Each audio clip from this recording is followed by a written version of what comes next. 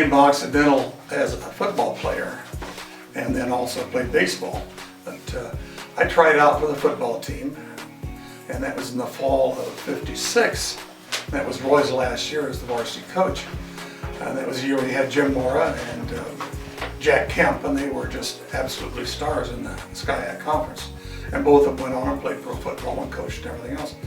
You know, having Roy really as a co-coach, when I was like the first year out of college, even though I was a couple years older than most students because of a rather extensive junior college experience, I learned a lot from Roy because he had been coaching for many, many years. And we would talk about after the practice sessions and the practice plan, and he just said, Wayne, you set up the practice plan, tell me what you want me to do, but then we would also discuss it afterwards, and I'd get his insight and his expertise from many, many years of knowledge.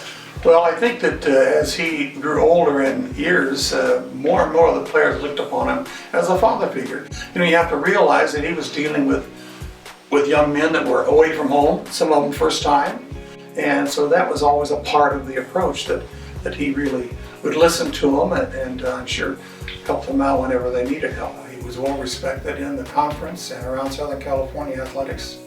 And when you talked about Roy Dennis to other people around, they knew who he was and knew what he stood for. And I think that was probably his biggest legacy, was that he was very well respected in the coaching community and around the colleges. Well, I think that you'd have to say that Roy as an individual was a pillar of strength. He just always exuded that confidence and that ability to lead young men and coach them in the right direction. I think that the players looked up to him. Even in his later years of coaching, they still admired him and thought he did a fine job and looked up to him. And that's important as a coach. The Dennis family is irreplaceable in these parts, in Oxy Athletics. I mean, they're icons.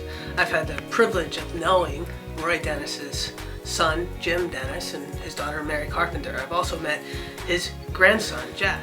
They have a very rich history here at Occidental College. Through Roy's 35-year career, he virtually coached every male sport.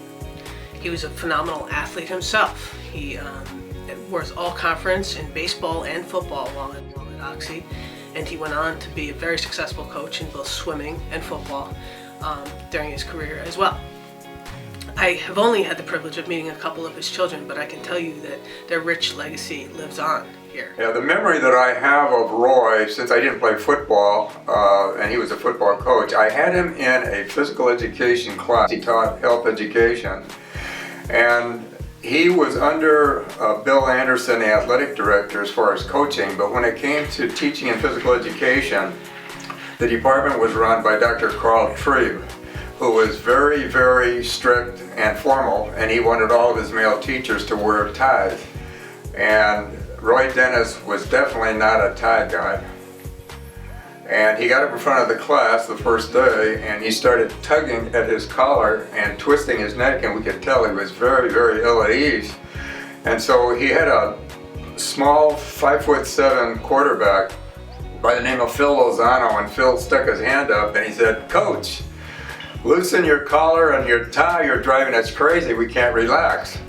Well, he loosened his collar and his tie, but he still, for the entire semester, he was tugging at his collar. And it was something that 60 years ago, we can still remember it like it was yesterday. Roy Dennis recruited me to Occidental College in 1950 to play football.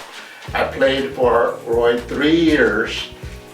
My 2 years I was all conference, but my senior year I was team captain, and in 1970 I was inducted into the Occidental Football Hall of Fame. Okay, so then being the captain, I had a lot of opportunities to talk to Roy. And what I learned from a number of things, from first of all, how to talk to players. Secondly, how to talk to all the support staff, like the gardeners, you know, the custodians, the trainers, the secretaries, the statisticians, all those people who support the football program, he would talk to continually. I saw him one time just walk away we were in the middle of practice, and he walked away to talk to the gardener. That's how important that was. So I learned these things by being close to him and talking to him as team captain. And I truly, his influence, I know, made me become, for 43 years, a successful teacher and coach. And I owe that to Roy Dennis from that standpoint. After was on the baseball team,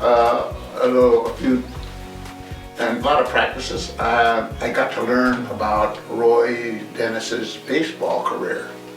And I understand he was a terrific first baseman, left-handed hitter, and he had a .317 batting average, I was told, which is darn good, right? Occidental education I have to talk about just for a second here, because it's a tremendous experience.